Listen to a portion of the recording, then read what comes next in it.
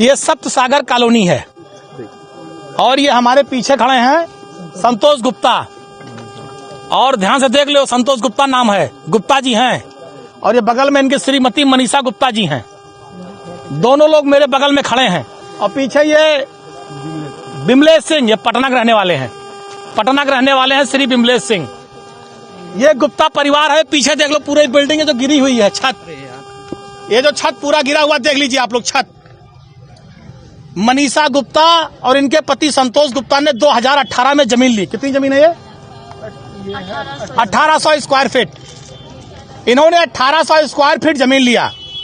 जमीन लेने के बाद उस जमीन का दाखिल खारिज कराया। दाखिल खारिज अयोध्या के अधिकारियों द्वारा तहसील में किया गया। उसके बाद इन्होंने बैंक का लोन लिया। बैंक मैनेजर द्वारा बैंक का लोन लिया गया और बैंक मैनेजर का कहना है कि हमने यहाँ पर जांच किया है, 30 वर्षों के पहले यहाँ कोई तालाब था ही नहीं, ऐसा बैंक मैनेजर ने बयान दिया है। उसके बाद इनकी इस जमीन पर जो बिल्डिंग इन्होंने बनाना शुरू किया, जो आप देख रहे हैं, जो योगी सरकार के बुलडोजर ने गिराया है बगैर किसी नोटिस के। 3 महीने से लगातार काम चल रहा था। 3 महीने से छत पड़ गई थी पहली, दूसरा ऊपर काम चल रहा था। इन्हें कोई नोटिस नहीं दी गई। इनका इस जमीन पर दाखिल खारिज है। विकास प्राधिकरण से पूरी तरह से नक्शा पास है। विकास प्राधिकरण का नक्शा किसने पास किया? योगी सरकार के अधिकारियों ने। जमीन का दाखिल खारिज किसने किया? योगी सरकार के अधिकारियों ने। योगी सरकार के अधिकारियों ने दाखिल खारिज किया।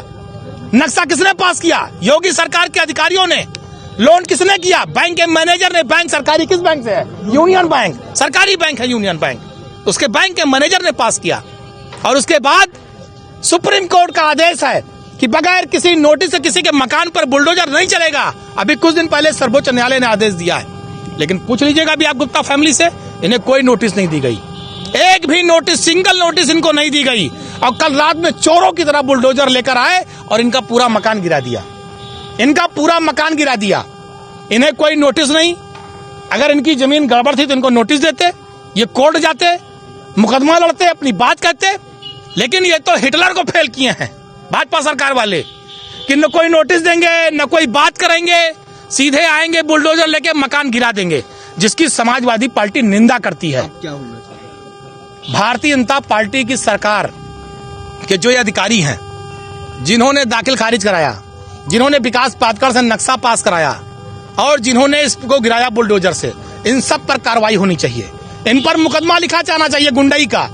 इन पर मुकदमा लिखा जाना चाहिए मकान तोड़ने का। जितनी धाराएं लग सकती हैं सब पे मुकदमा होना चाहिए। और इन अधिकारियों से जुर्माना वसूल कर जितना गुप्ता फैमिली का नुकसान हुआ है उसकी भरपाई इन अधिकारियों के जेब से होनी चाहिए। ये हम लोग मांग कर रहे हैं। खून पसीने की कमाई से आदमी लोन लेकर मकान बनाता है, ईटा गिट्टी मोरंग बालू सरिया लाता है, उसके बाद लेबर मिस्त्री का खर्चा अलग से देता है। ये भाजपा सरकार में वो लोग नहीं है जो गरीबों की जमीन को सस्ते में लेकर बेचकर पैसा कमा रहे हों। ये मध्यम वर्गीय लोग हैं, अपना 1-1 रुपया जोड़कर मकान बना रहे थे। लोग टूट जाते हैं घर बनाने में और तुम तरस नहीं खाते बुलडोजर चलाने में। योगी सरकार ने गरीबों पर, मकानों पर बुलडोजर चलाया। और ये बिमलेश सिंह पटना से आए हैं, करोड़ों की जमीन लिए हैं। इनका भी न कोई नोटिस, न कोई बयान, न कोई पर्चा, सीधे बुलडोजर। तो जो बुलडोजर की कार्रवाई है ये गलत है। तालाब पहले से अंकित है, इसलिए अंकित है। अगर अंकित था तो रजिस्ट्री कैसे हुई? दाखिल खारिज कैसे हुआ?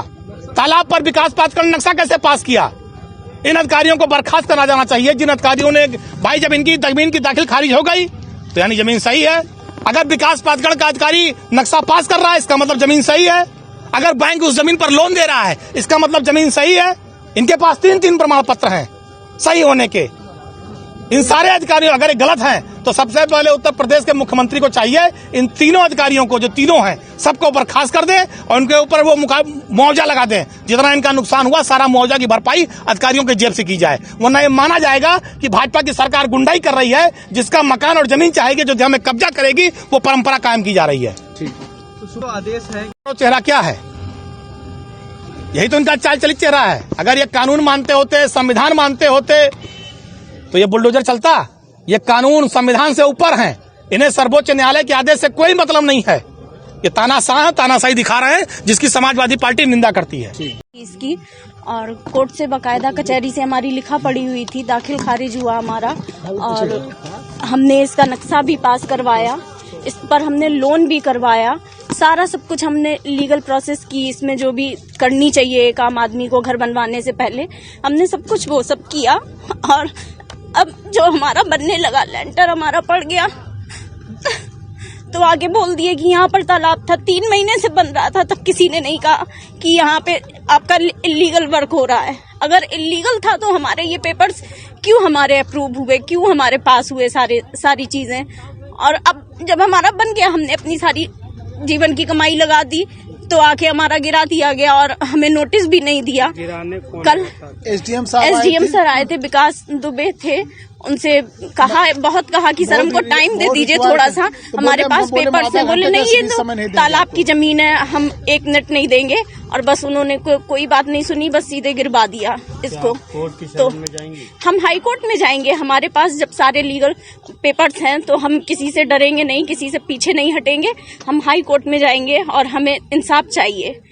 हम योगी जी से, मोदी जी से यही कहते हैं कि हमको इंसाफ चाहिए। हमें हमारी जब जमीन अगर गलत होती तो फिर क्यों हमारे ये सारे पेपर्स पास हुए, क्यों हमारे हुए, उनकी सबकी कार्रवाई होनी चाहिए, सबकी जांच होनी चाहिए। पूरी हम जांच की मांग करते हैं कि सारा हमारी इसकी जांच हो, तहकीकात हो और हमारे पेपर्स चेक किए जाएं, सब कुछ देखा जाए और जो भी हमें न्याय। क्या नाम है आपका? मनीषा गुप्ता।